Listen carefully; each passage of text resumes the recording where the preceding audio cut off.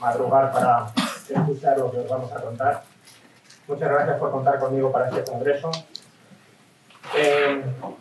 Me voy a meter en materia directamente y voy a ir pasando por una exposición que pretende hacer una argumentación lógica que termina concluyendo en que hay dos modelos en las escuelas y solo debería haber uno, ¿vale?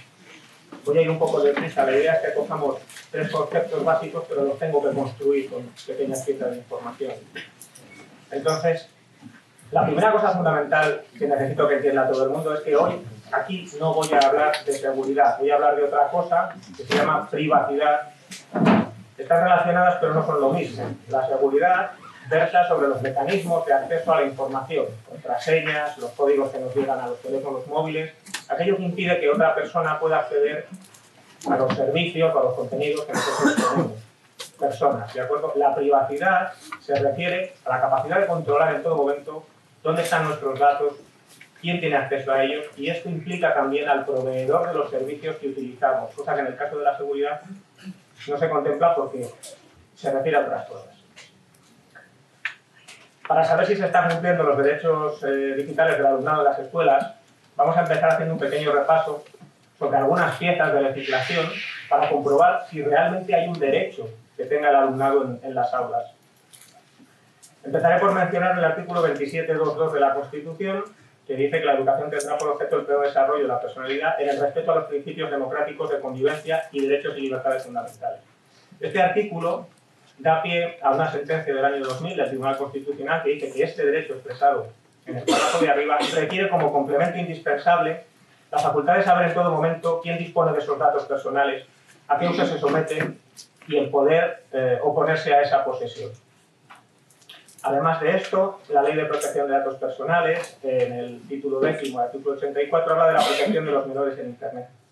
De manera que indica que padres, madres, tutores, cuidadores o representantes legales procurarán que los menores hagan un uso equilibrado de los medios digitales, garantizando el adecuado desarrollo de su personalidad y preservando su dignidad y sus derechos fundamentales.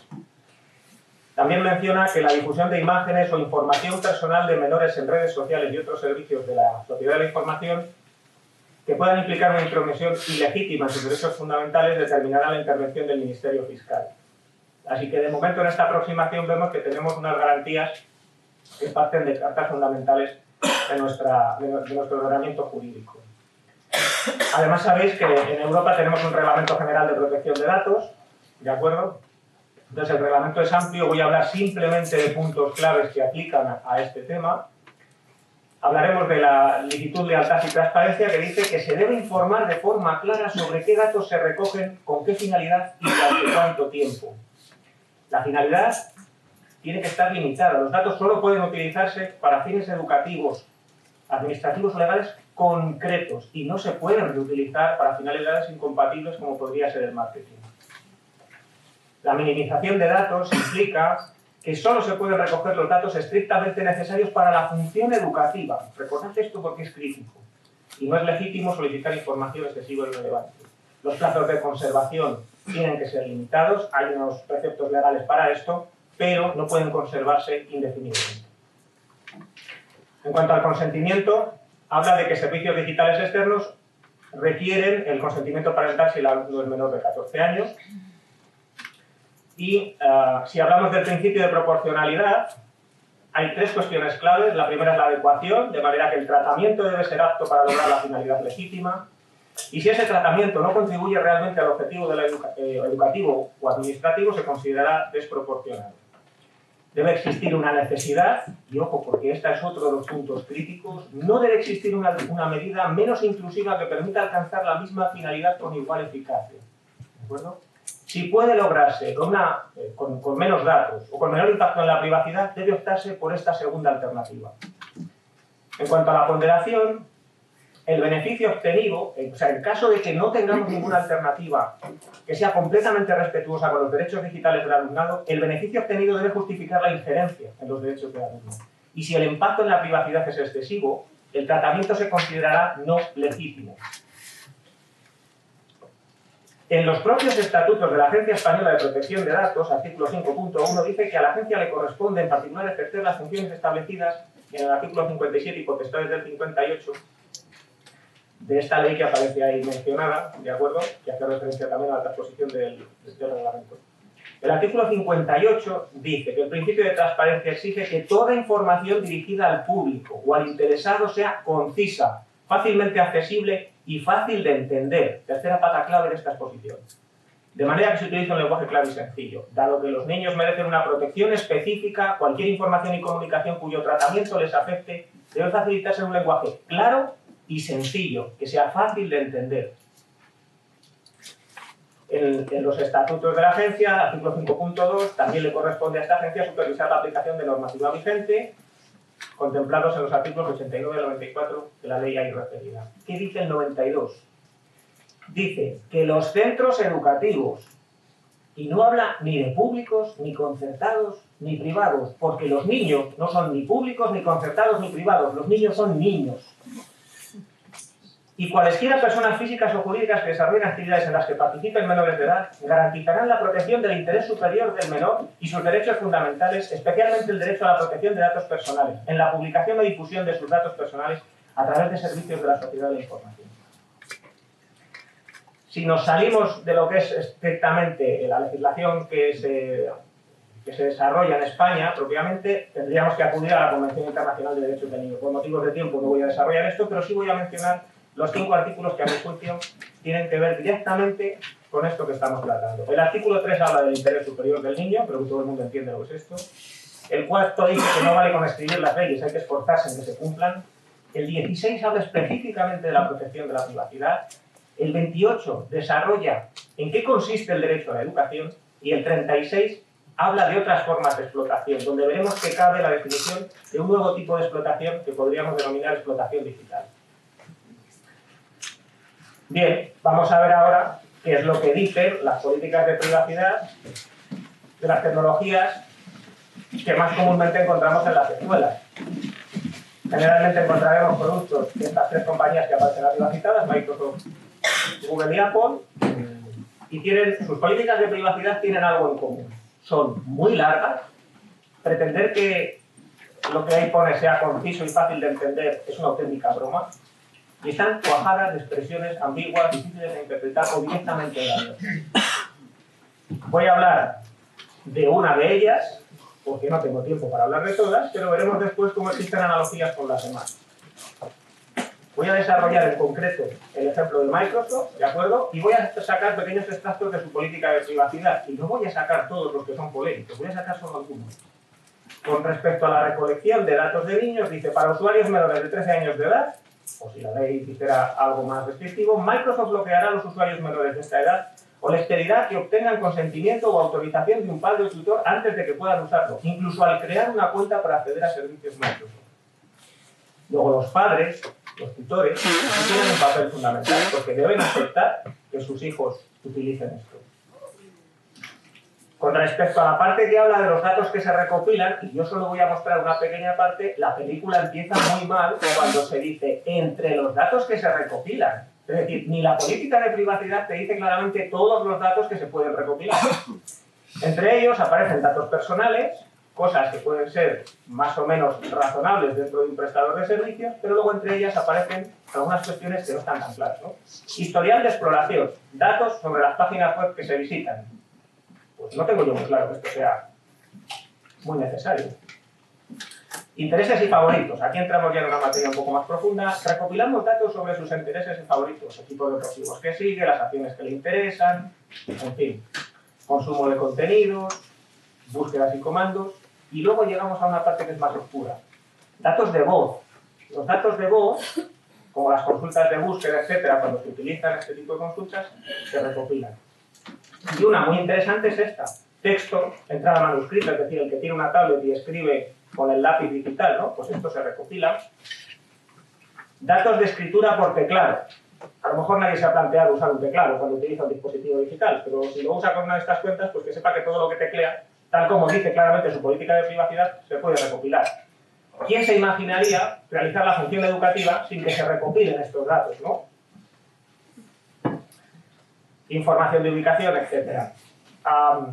Imágenes, cuando se utiliza el servicio de búsqueda de imágenes partiendo de una previa, contactos y relaciones, datos sociales, a qué le has dado me gusta y a qué no, Esto hace falta para la función educativa. Cuando utilizamos servicios de Microsoft como Microsoft Teams, su correo electrónico o su nube de datos, aplica lo que vamos a ver aquí sobre la recopilación de contenidos. El contenido de sus archivos, comunicaciones que introduzca, reciba, cree y controle, por ejemplo, a través de Microsoft Teams.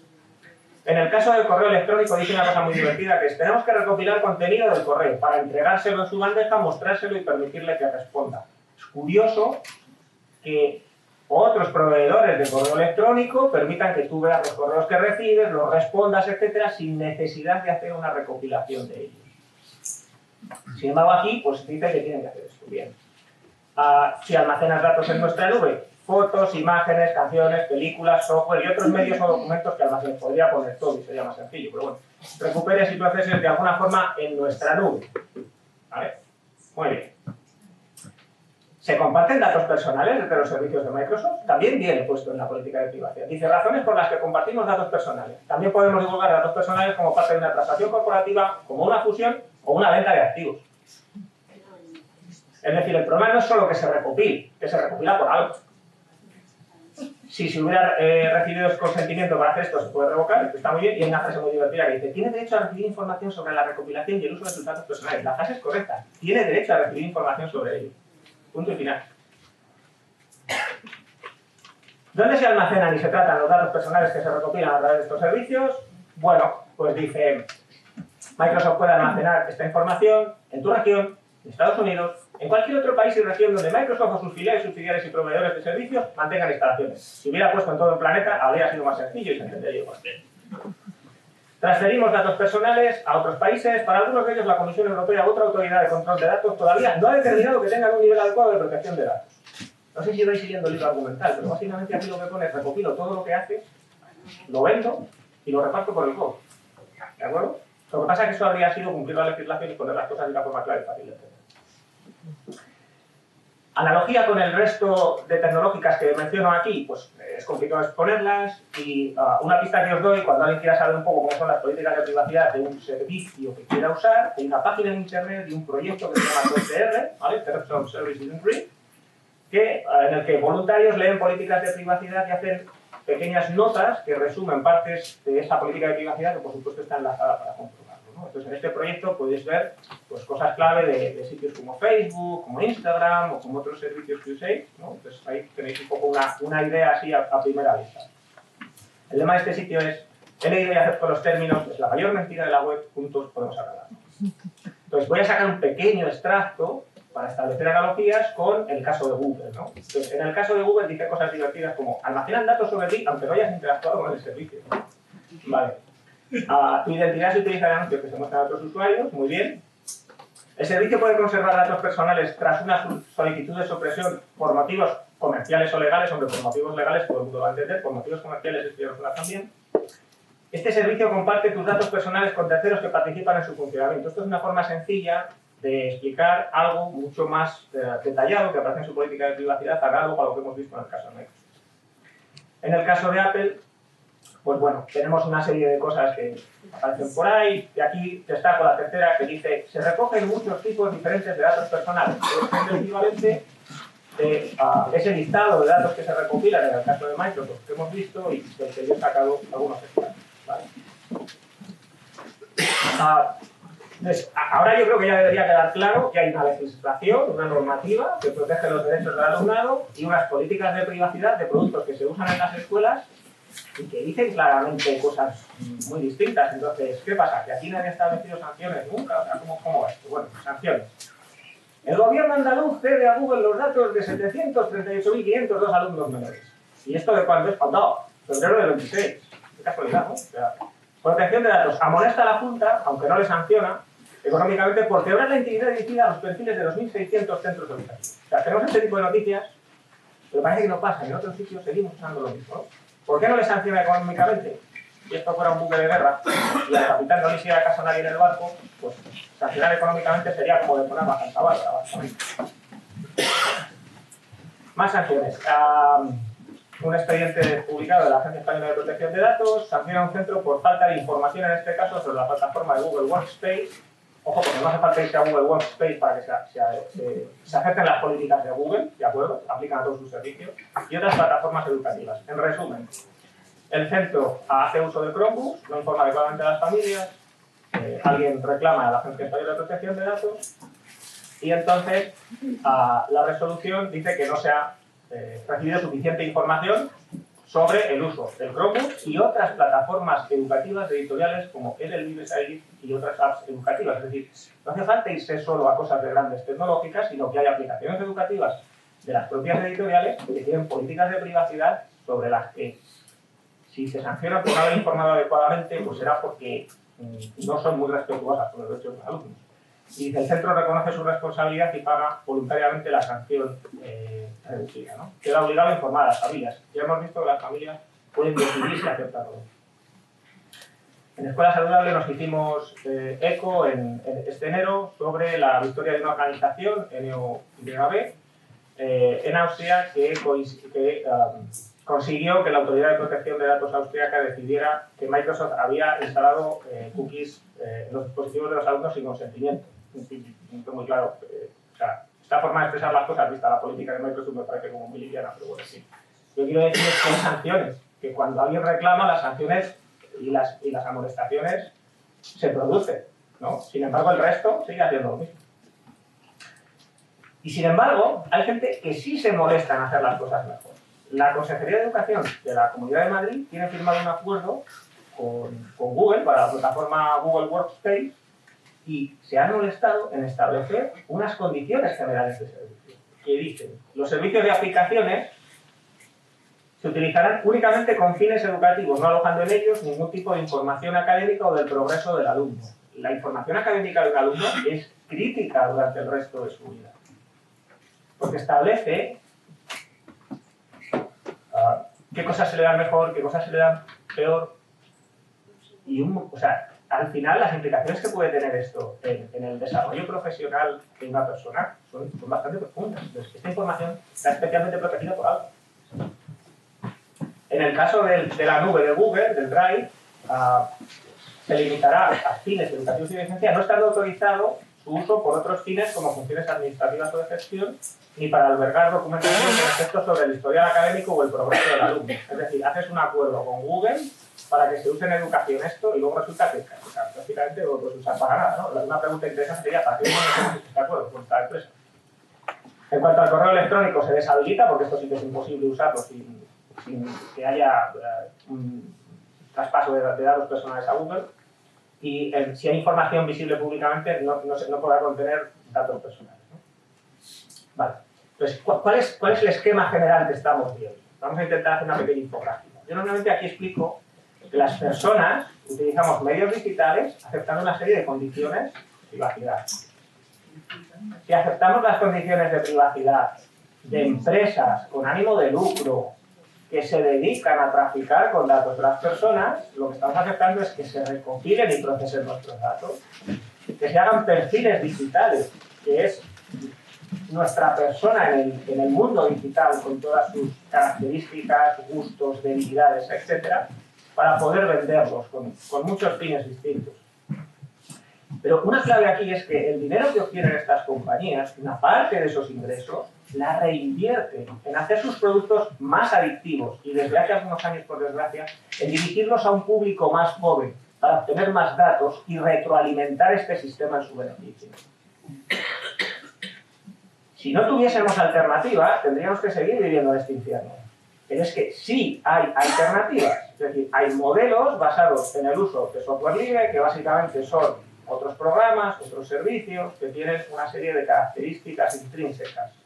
Como que, y la clave aquí es que el código fuente, es decir, lo que escribe el informático que programa, ¿no? Donde se ven las instrucciones de lo que hace el programa: coges este dato, lo pones aquí, ahora lo llevas, ahora mandas un correo. En el caso del software libre, esta información es pública, visible. En el caso de las otras compañías, no. O sea, no es solo la política de privacidad, que si la lees ya veis lo que dice. Es que encima me tengo que creer que esos programas solo hacen eso, porque no tengo forma de auditarlos. El código es propiedad de las compañías y no lo muestran. En el caso del software libre, el código es público, se puede auditar de una forma real, expresando transparencia. Hay una larga trayectoria previa en la implantación de este tipo de sistemas en educación y además, o sea, son productos cuyas licencias normalmente son gratuitas, lo que supone una importante reducción de costes. Este software, si alguien lo ha usado en un sitio, se puede coger y adaptarlo a otro, reutilizarlo, modificarlo, etcétera, sin tener que pagar regalías. Hay una ausencia de limitaciones del fabricante al hardware. Este cambio que estamos viendo últimamente de Windows 10 a Windows 11, que tantos equipos ha dejado por el camino parados, el 99% de esos equipos se podrían seguir utilizando con sistemas basados en software libre como Linux sin ningún problema. Súper versátil y la posibilidad, ojo, de implementar servicios locales en el centro. Esto es muy importante. O sea, si yo quiero tener un control sobre correo electrónico, quiero hacer una práctica en clase cuando tenga sentido que los alumnos utilicen las pantallas y medios digitales y quiero que ellos interactúen entre ellos, puedo montar un servicio local, un correo electrónico, una nube, hasta si llegara el caso que alguien decide que hay que enseñarles a usar una red social, puedo montar una red social en el centro donde solo estén en esa red social los alumnos de un aula y su profesor. Porque puedo implementar este tipo de servicios de forma local, sin sacarlos a internet. Ventajas para las familias de esto. No tienen coste económico estas licencias y se pueden instalar en los dispositivos digitales que tienen en la inmensa mayoría de los casos, cualquier ordenador normal. ¿Vale? Se pueden utilizar ordenadores acondicionados, más antiguos, es una cosa bastante ligera y permite utilizar los equipos más tiempo. En casa, si en una escuela utilizamos un paquete de ofimática libre, en casa no hay que hacer nada, solo hay que descargarlo e instalarlo, da igual el sistema operativo que tengas, no tienes que hacer nada, simplemente eso, y no vas a depender de una cosa que el día que salgas de la escuela te pide dinero para seguir usando. Podemos seguir utilizando equipos antiguos y tenemos un control muchísimo mayor sobre los derechos digitales como obliga la legislación. Aquí os pongo ese vídeo, la Fundación de Software Libre Americana, la Free Software Foundation, con motivo de la pandemia y todo este uso que se estaba haciendo de medios digitales desde casa, hizo un pequeño vídeo de 2 minutos y pico que expresaba cuáles eran los problemas de utilizar en las escuelas de forma masiva este tipo de tecnologías privativas que recopilan datos. No me da tiempo a poner el vídeo, pero simplemente lo pongo ahí por si alguien quiere. Ejemplos de implementación de este tipo de sistemas que sí cumplen. La Comunidad de Madrid tiene desarrollado un sistema que se llama MAX, basado en software libre, tanto el sistema operativo como las aplicaciones que se utilizan en las escuelas, del que destaco de su página, pues no hay ninguna tarea habitual que no puedas hacer con MAX. Obviamente esto tiene sus dificultades, sobre todo los cambios implican formar a la gente, que la gente sepa usar estas herramientas, etc. Si se pone esto y no se forma a la gente, pues va a ser igual que si se pone otra cosa y no se la forma. La única diferencia es que aquí tiene mucho sentido hacerlo porque con esto sí respetamos los derechos del alumnado. Otro ejemplo es de Valencia, con Jurex, que lleva varios años implantado, pues ahí tenéis lo que se destaca: colaboración, acceso igualitario, soberanía tecnológica. Soberanía tecnológica. Si tenemos este país publicando documentos como la hoja de ruta de la aceleración de la soberanía digital española, poniendo en manifiesto el papel del software libre en la soberanía digital del país, pues empecemos por las escuelas, ¿no? Tenéis el ejemplo de Aragón con Vitalius y hay algo más. Es decir, sí tenemos modelos que cumplen, ¿vale? Entonces, al final, ¿de qué estamos hablando? Estamos hablando de 2 modelos diferentes.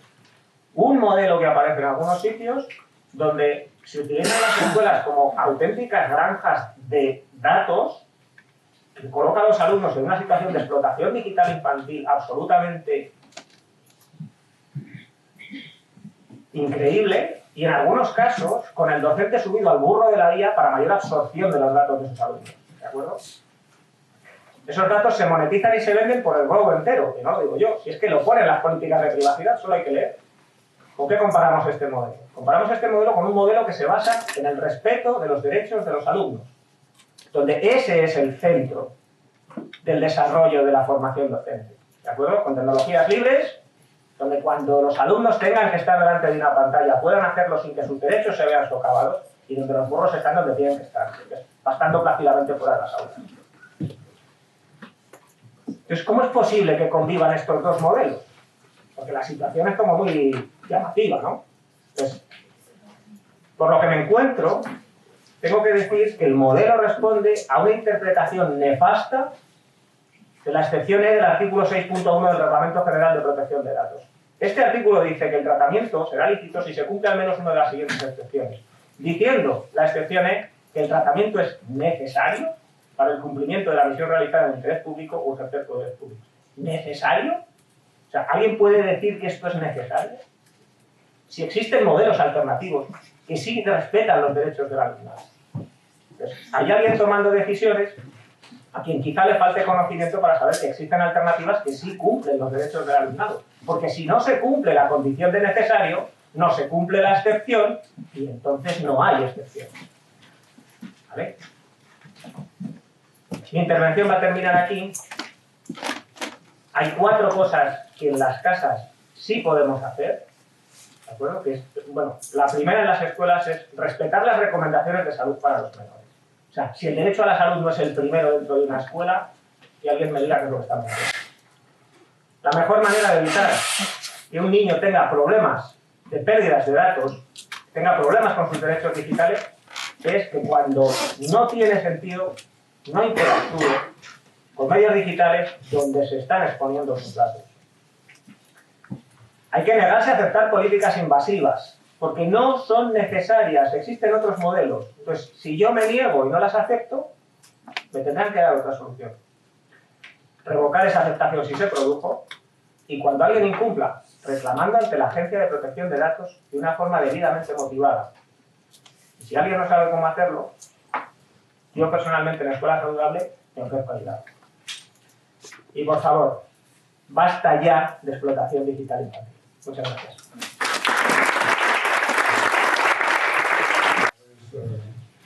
En ciertos momentos de calor, vamos a ver el punto de esperanza. El punto de esperanza es que el siguiente, desde el INTEC, se nos garantiza que desde 2021 se han desarrollado 24.000 acciones formativas y acreditado la competencia digital en más de 661.000 docentes. Esto supera lógicamente los objetivos previstos. Los compañeros de formación ministerial trabajan bien, pero tenemos un problema. Habéis visto, nos ha presentado Pablo una denuncia de la Agencia de Protección de Datos con una amonestación.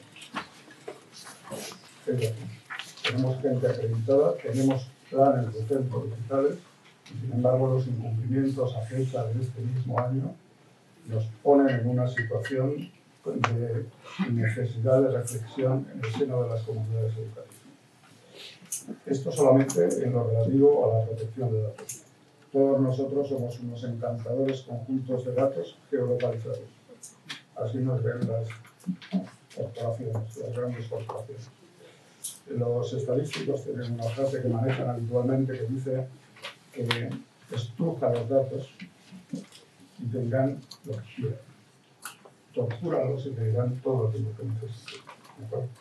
Bueno, lo que están haciendo efectivamente es un hiperperfilado de nuestro alumnado, donde una simple fotografía, desde una simple fotografía son capaces de realizar más de 1.500 inferencias en torno no solamente a la persona, sino a su entorno familiar, a su entorno educativo, a su entorno socioeducativo, a su perfil de futuro, etc.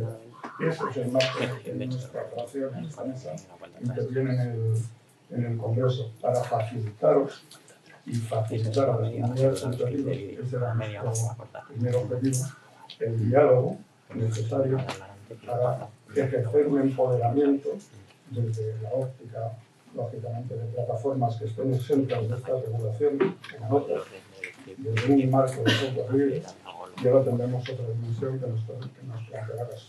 En todo caso, deciros que si tenemos a fecha del año pasado de este INTEC certificado que hay 22.976 planes digitales de centro aprobados por el Ministerio, aprobados en cada comunidad, tenemos un desarrollo que cuando menos, digamos que es asimétrico.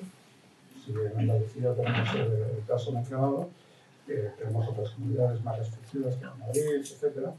Todo ello aboca a una situación en la que después de solicitar al personal docente la acreditación, este marco de acreditación que ha variado, como sabéis, con el DIC Común 3, que es una nueva versión que recoge, por fin, la utilización de la guía, y vamos abriendo camino a la exposición de la SUL, siendo las realidades todas ellas y así, tenemos un problema serio. Y ese problema serio es afrontar de qué manera podemos utilizar esta tecnología en la que las escuelas siempre fagocitan su presencia. Fagocitar no es un término muy adecuado, asimilamos todas las tecnologías. Hemos tenido, imaginaos, radio, tenemos talleres de radio. televisión, hacemos televisión. Cine, proyectamos y aprendemos a hacer películas. Cualquier tecnología en la escuela ha dado un reflejo y un marco de ello. Tenemos posibilidades de trabajar con realidad aumentada, con robótica. Todos esos esfuerzos están ahí dentro de un horario que es comprimido, que plantea una serie de exigencias docentes personales y sindicales, y sobre todo algo más complicado todavía, y es que tenemos ya hasta el desafío tolerado de lo que llamamos aulas de futuro porque trabajamos con ellas. Sin embargo, nuestro problema como docentes es reflexionar sobre el futuro de las aulas. ¿De acuerdo? Entonces, ese marco nos abre paso a una reunión que se celebró en 1956 por medio de 10 personas en un seno universitario de Newcastle. Se solicitaba mediante una carta que estuviesen 10 personas trabajando para proceder a un estudio que facilitara la averiguación de conceptos que resuelvan clases y problemas reservados hasta ahora para seres humanos y que mejoren por sí mismos, utilizando para ello la fabricación de imágenes. Digamos que es la carta referencial de la inteligencia artificial. En el 2022, noviembre del 2022, se produce un hecho muy significativo, y es que irrumpen unas tecnologías diferentes, un marco de tecnología diferente, que se llama la inteligencia artificial, de la mano de ChatGPT. Y a partir de ahí, hace 4 años todavía de esa valoración, estamos calibrando cuál es el impacto que está teniendo en aula, etc. Vamos a hablar de estas cátedras del silencio, como las llamo yo. Todo el mundo trabaja en cortezas, en trabajo, se ayuda de la muleta de la inteligencia artificial. Pero vamos a hacerlo también desde este ámbito crítico que nos ha servido antes. Porque esta inteligencia artificial que usamos lleva un hiperperfilado. Entonces, John, mucho gusto. Vale. Muchísimas gracias. Me voy a poner la presentación. Ahora.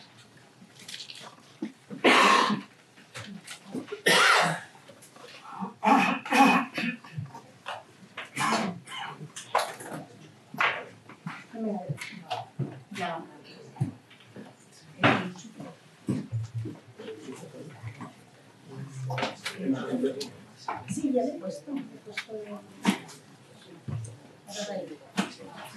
Era el técnico de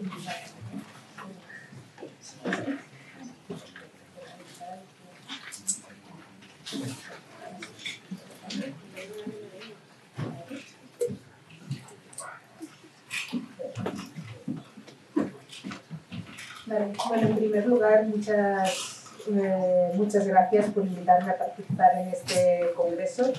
Yo hablaré de inteligencia artificial, pero poco, como una capa de lo que también se ha estado hablando aquí. Pero bueno, antes de empezar sí que me gustaría felicitar por la organización de este congreso. Creo que es muy necesario que existan esos espacios para hablar profundamente de esos temas, porque son temas que afectan directamente a los derechos de los niños, niñas y adolescentes, y por tanto es muy importante invertir ese tiempo para hablar de ello y para intentar proponer alternativas y hacer las cosas un poco mejor.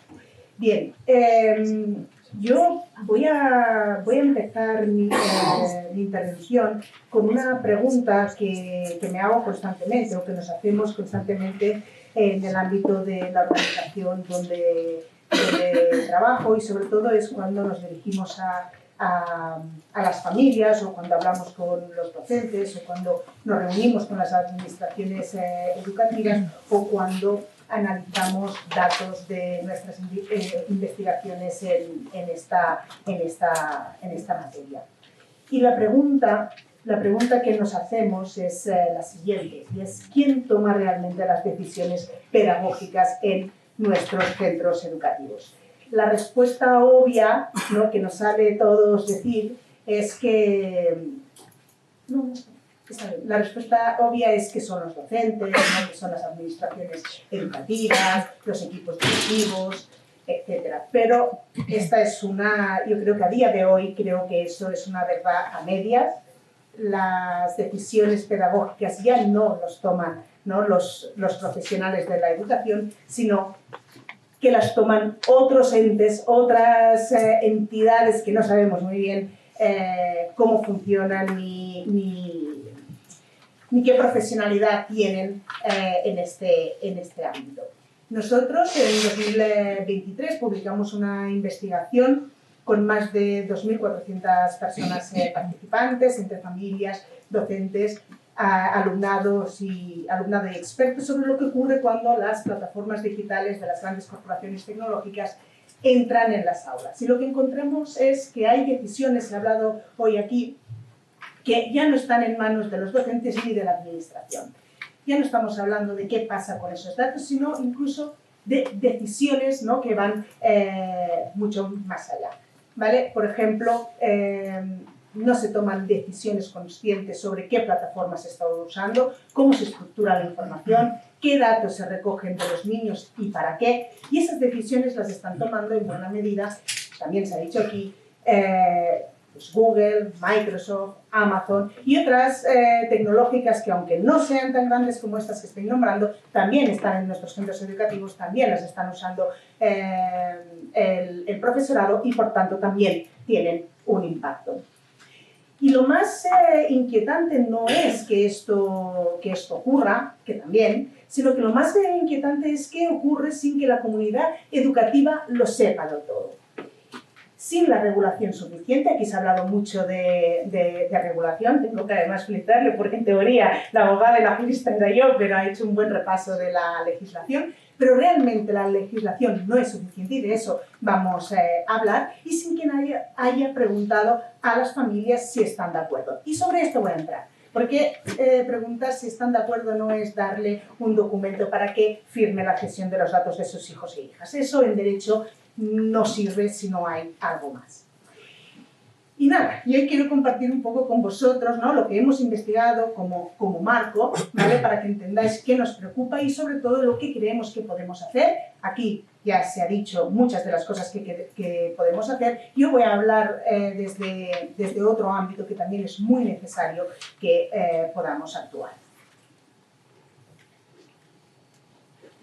Bien, para poneros un poco en contexto. Entre 2022 y 2023, desde AFAP, junto con el Grupo de Investigación Esbrina de la Universidad de Barcelona, llevamos a cabo lo que llamamos el proyecto ELIT. En ese proyecto queríamos responder a una pregunta muy concreta, y es ¿qué ocurre con los derechos de la infancia cuando las plataformas digitales de las grandes corporaciones tecnológicas entran en los centros educativos públicos? Como ya he avanzado, participaron más de 2.400 personas, familias, docentes, equipos directivos. Entrevistamos y hablamos con el alumnado de 61 centros educativos públicos de Cataluña y también con personas expertas, tanto nacionales como internacionales, y también con gente que trabaja en otras Big Techs. Y lo que concluimos no es una opinión, es evidencia, es un proyecto sólido, y las conclusiones se basan en la evidencia, no en las opiniones que podamos tener. Y eso es importante, porque creo que muchas veces se habla más, se opina más sobre esos temas, más que buscar la evidencia para poder tomar decisiones o para poder analizar bien qué es lo que pasa. Y lo primero que nos dimos cuenta es que tendemos a reducir este problema a la protección de datos, ¿no? Como si eso simplemente fuera una cuestión de protección de datos, como si fuera una cuestión técnica meramente administrativa, pero en realidad no lo es. Lo que encontramos es una vulneración flagrante y en cadena de derechos fundamentales de la infancia que están reconocidos en el derecho internacional, pero también en nuestro propio ordenamiento jurídico. Si lo vemos, vamos a verlo de la siguiente manera, ¿no? Cuando un centro educativo adopta una plataforma digital sin un proceso participativo real, sin que las familias, el profesorado y el alumnado hayan podido opinar y hayan tenido la capacidad de decidir, se está vulnerando el derecho a la educación, porque las decisiones pedagógicas las está tomando en la práctica una corporación privada con intereses comerciales y no la comunidad educativa. Cuando esa plataforma recoge datos sin que nadie comprenda realmente qué ocurre con ellos, y esto lo encontramos en nuestro estudio en Cataluña. Ojalá el acuerdo de Cataluña con Google fuese el mismo que la Comunidad de Madrid. Esto lo encontramos en el 100% de los centros que estudiamos, que fueron 61 en Cataluña. Se vulnera el derecho a la privacidad y a la protección de datos. pero también el derecho al libre desarrollo de la personalidad, que es un derecho que está íntimamente ligado al derecho a la educación, porque un algoritmo lo que hace es construir un perfil de tu hijo o de tus alumnos desde los 6 años, y desde los 6 años está condicionado quién va a ser ese niño como consumidor, como ciudadano, como persona. Y seguramente también va a condicionar en cuál va a ser el lugar que ocupe en un determinado trabajo, o incluso si le van a dar una hipoteca o no le van a dar una hipoteca. Cuando las plataformas digitales operan bajo algoritmos opacos que jerarquizan la información que recibe el alumnado, se vulnera el derecho a la información y a la libertad de opinión y expresión. ¿Y por qué? Porque no toda la información llega igual. Llega la que le interese al proveedor que llegue. Y eso es importante en el ámbito educativo. Y cuando esto ocurre, no ocurre de forma igual, porque ocurre de forma desigual, porque no todas las familias tienen la misma capacidad de entender lo que está pasando, porque la brecha digital reproduce y amplifica otras desigualdades previas, ¿no? que ya se arrastran, y se vulnera el derecho a la igualdad y la no discriminación, que es el derecho que debe atravesar al derecho a la educación. No podemos hablar de derecho a la educación si no hablamos del derecho a la igualdad y a la no discriminación, ¿no? Porque está íntimamente relacionado. Y esto no lo estoy diciendo yo, lo dice la investigación y lo respalda el marco jurídico internacional más importante que tenemos en materia de derechos de la infancia en el entorno digital, que es la Observación General número 25 de Naciones Unidas. Pero bueno, de eso hablaremos en el siguiente bloque y entraremos aquí, porque yo creo que se habla poco de esa Observación General número 25. Cuando se habla, creo que no se habla con conocimiento del derecho y se hacen interpretaciones que a lo mejor no son las más adecuadas. En el marco de la investigación hay cosas que salieron de ahí y que nos puede parecer anecdótico, pero no lo es, y que yo quiero compartir con vosotros porque me parece grave. Por ejemplo, lo que nos dijo un director de centro. Y un director nos dijo, estamos vendiendo nuestra alma al diablo y sabemos que la estamos vendiendo. Es decir, estamos hablando de que hay dirección de centros educativos que son muy conscientes de lo que está pasando, pero de alguna manera no están encontrando alternativas. Y os voy a poner otro ejemplo de lo que nos dijo una alumna, y es que nos dijo, el ordenador sabe todos mis gustos, porque no dejo de mirarlo, me siento un poco vigilada. Como decía, esto no es anecdótico, es el patrón que encontramos en 61 centros educativos públicos y nos lleva a preguntarnos, ¿estamos formando niños y jóvenes con capacidad crítica para entender el entorno digital en el que viven? ¿O estamos formando usuarios dependientes de plataformas que han sido diseñadas precisamente para que no se hagan esa pregunta?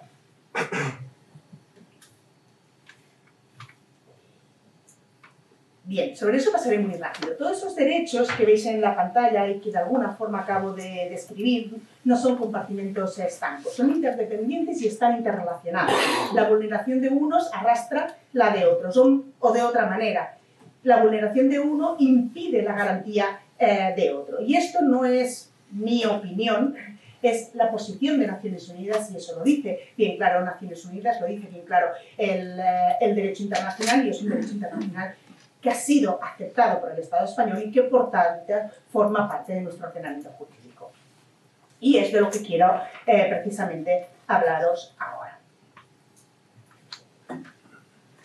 En 2021, y ahora sí voy a entrar en la observación general, en 2021 el Comité de los Derechos del Niño de Naciones Unidas, la observación general número 25, que bajo mi juicio, o hasta que haya otro documento mejor, es el documento más importante que existe en materia de derechos de la infancia en el entorno digital.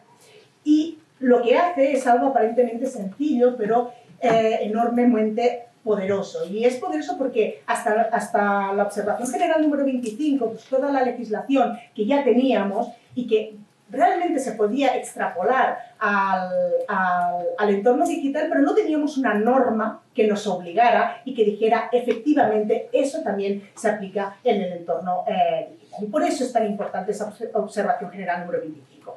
Y lo que dice es que los derechos de los niños y niñas no se detienen en la puerta de lo digital, que todos los derechos reconocidos en la Convención sobre los Derechos del Niño, todos sin excepción, se aplican también en el entorno digital. Y que se apliquen en el entorno digital significa que de ello derivan obligaciones jurídicas para los Estados, y en concreto para el Estado español. O en el caso de la educación, como la competencia está transferida para las comunidades autónomas. Esto tiene consecuencias jurídicas muy concretas y a mí, como jurista, me parece muy revelador que, siendo un documento de 2021, relativamente reciente, ya sé que con todo el tema de la tecnología, la inteligencia artificial, algo de 2021 ya puede ser muy viejo, pero es lo que tenemos, todavía hoy sea prácticamente desconocido en la mayoría de los centros educativos, en la mayoría de las administraciones. Creo que ayer tuvimos un poco un ejemplo de esto, por lo que me han contado, y en la mayoría de los hogares. Porque si conociéramos bien la observación general número 25, muchas cosas que hoy aceptamos como normales dejarían de parecer tan aceptables.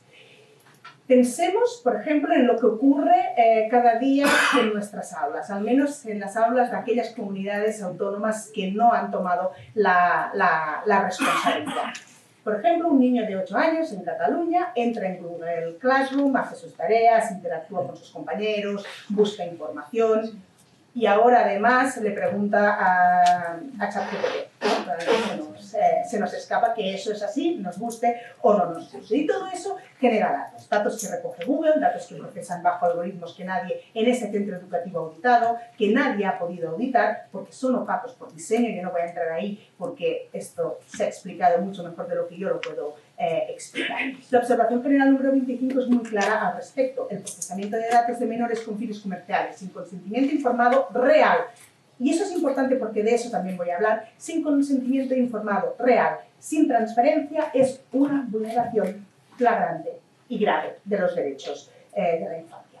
No es una mala práctica, no es una mala práctica, porque lo estamos reduciendo siempre a malas prácticas. Es una vulneración de derechos.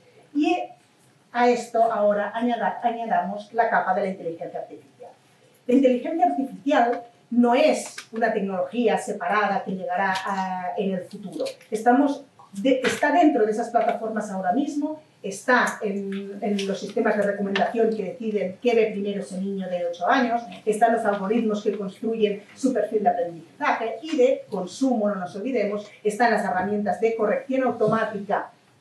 Sí, yo no sé si aquí está implantado, pero por ejemplo en Cataluña sí hay centros educativos que utilizan las herramientas de corrección automática que se están usando sin saber exactamente cómo funcionan ni qué hacen con los datos que procesan. La inteligencia artificial no es un problema que se resuelva, a diferencia de lo que se hablaba antes, no es un problema que se resuelva con más transparencia o con auditorías. Es un problema de poder y de soberanía. Y sobre eso es importante reflexionar.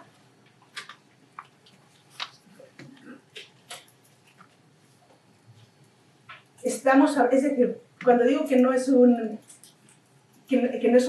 problema de auditar, es que no es suficiente en que yo llegue a un acuerdo y diga que hay que auditar. No es suficiente con eso.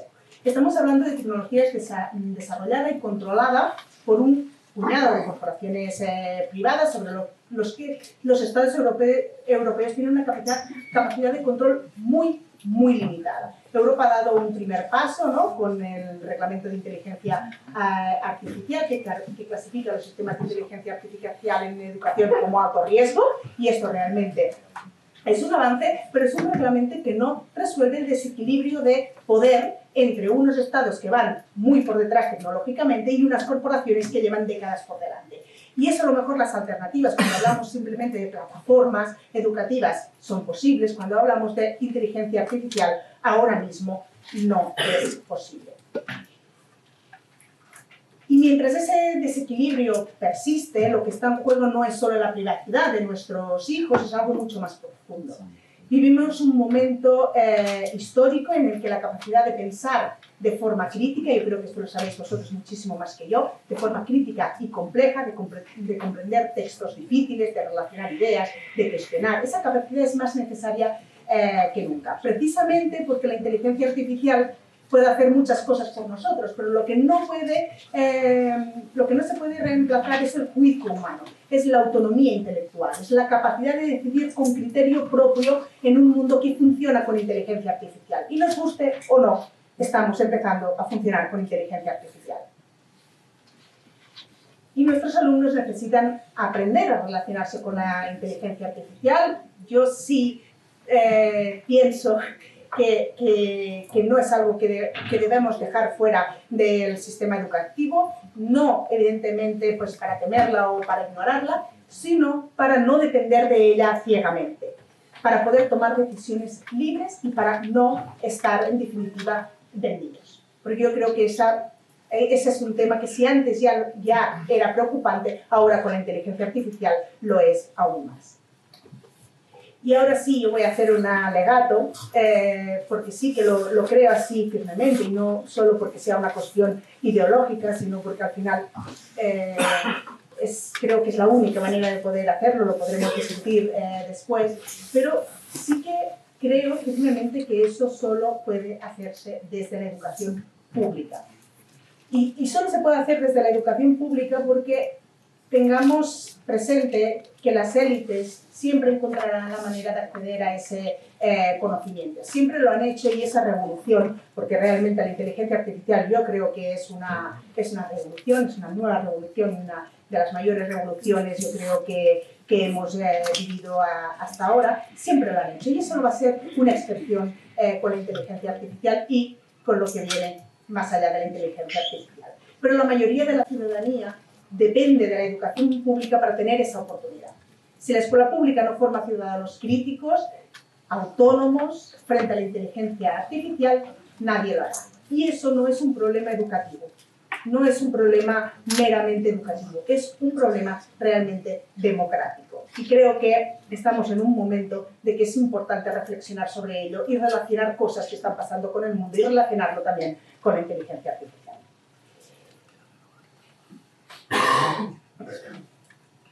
Bien, todo lo que os he contado aquí nos lleva a una pregunta que para mí es la más importante de todas y que creo que en un contexto como el que estamos aquí es importante que nos hagamos, ¿no? Y es quién decide qué tecnología entra en nuestras aulas, el interés de quién y bajo qué condiciones. Y eso precisamente es la soberanía digital. No es un concepto técnico, es una pregunta política y una pregunta democrática. Es la pregunta de si los estados, las administraciones educativas y las comunidades educativas tienen control real sobre las tecnologías que usan, o si el control realmente lo tienen otros.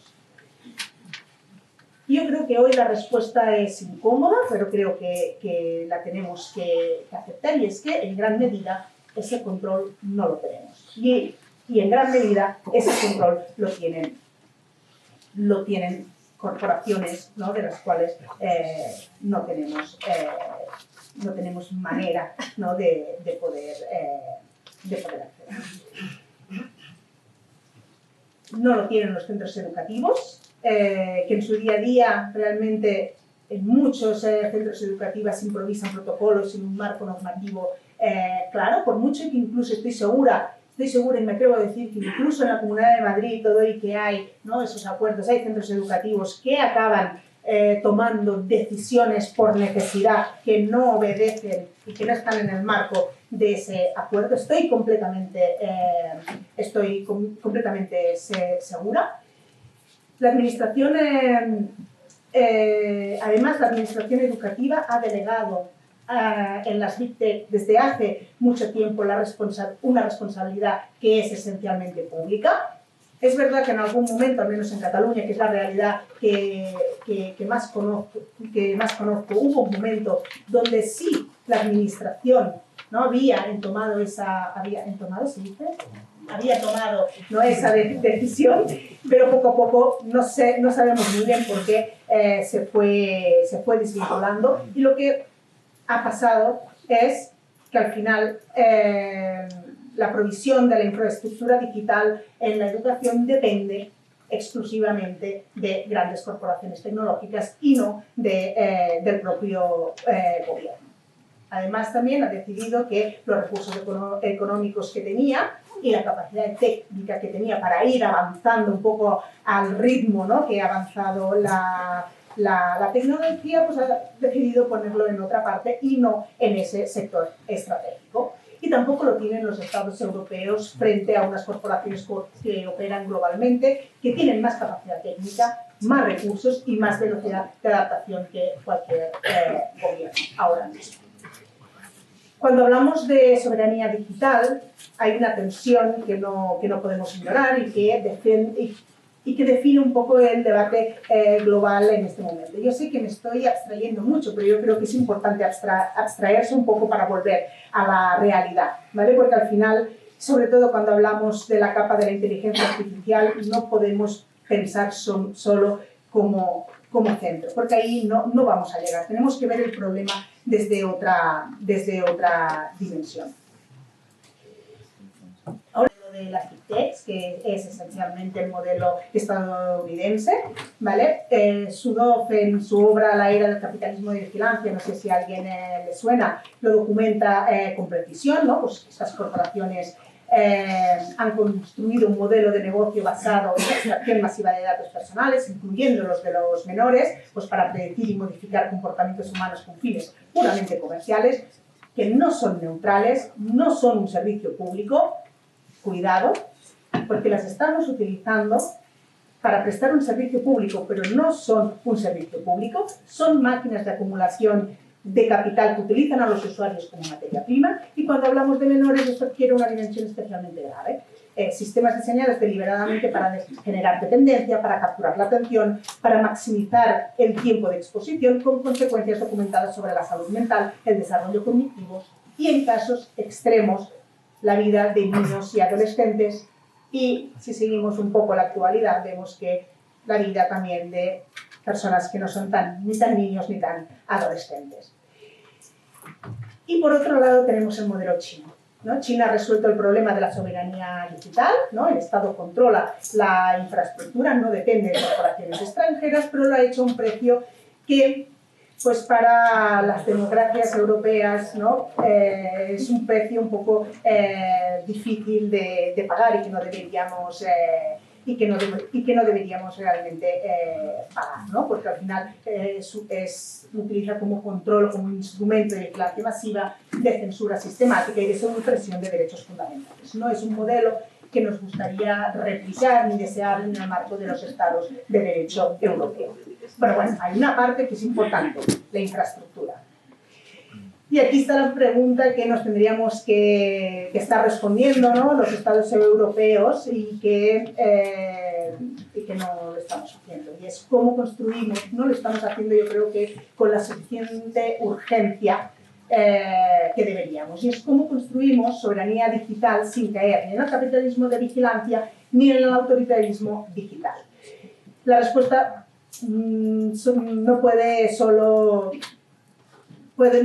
venir de los centros educativos o de congresos como estos, sino que la respuesta debe venir del Estado democrático. Un Estado que dote de infraestructura, que proteja a sus ciudadanos, que brinda cuentas ante ellos y que garantice que la tecnología que entra en las aulas públicas sirve al interés general y no al beneficio privado.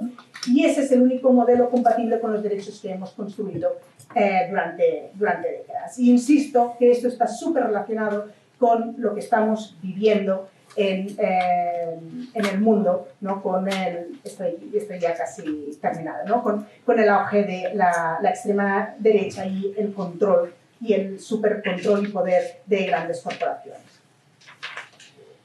Y lo debe hacer el Estado porque no podemos pedirle a un centro educativo que compita con Google, no podemos pedirle a una familia que audite algoritmos, de Microsoft, no podemos pedirle a un docente que resuelva lo que los estados no han sido capaces de regular. La soberanía digital no es opcional, presentes en su día a día escolar, y la trampa aquí es total. Te obligan a elegir entre la privacidad de tu hijo y tu capacidad de ser madre o padre presente en la educación de tus hijos. O que tu hijo pueda participar, ¿no?, del aula digital. Y en derecho eso tiene un nombre y se llama consentimiento viciado. Un consentimiento que se da bajo coacción, porque eso es una especie de coacción y jurídicamente tiene todos los ingredientes, ¿vale? Aunque sea una coacción silenciosa, que a veces no lo es tanto, no es un consentimiento válido. Y sin consentimiento válido, y aquí yo creo que es importante la observación general número 25, más que nuestra normativa interna, todo ese edificio jurídico sobre el que se sustenta el uso de esas plataformas en los centros educativos es extraordinariamente caro, ¿no? Un poco toda esa normativa que hay, que es verdad que si la cogemos, la podemos aplicar a la práctica, eso no sirve, es muy frágil. Y lo mismo ocurre con el profesorado. Sus datos también se recogen, sus prácticas pedagógicas también se perfilan y tampoco tienen una alternativa real. Y esto no es un pequeño detalle técnico sin importancia, es un problema jurídico de primer orden que las administraciones educativas no pueden seguir ignorando y que la normativa actual sigue ignorando porque no es capaz de poder dar una respuesta. Y sobre eso también lo tenemos que reconocer.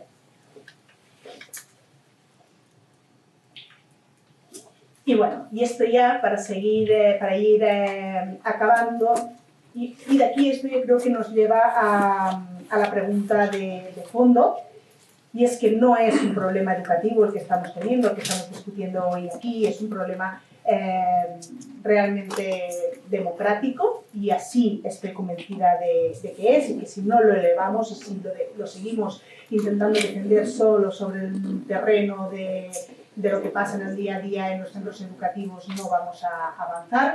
Vivimos un momento histórico, lo he dicho antes, en el que la capacidad de pensar de forma crítica y compleja es súper importante. Es muy necesario relacionar ideas, cuestionar. Esa capacidad crítica es más necesaria que nunca, y precisamente porque por la capa de la inteligencia artificial. La inteligencia artificial puede ya hacer muchas cosas por nosotros, lo podrá hacer también por nuestros alumnos, pero no podemos reemplazar lo que es el juicio humano, la autonomía intelectual, la capacidad de decidir con criterio propio en un mundo que realmente funciona y funcionará, nos guste o no, con inteligencia artificial.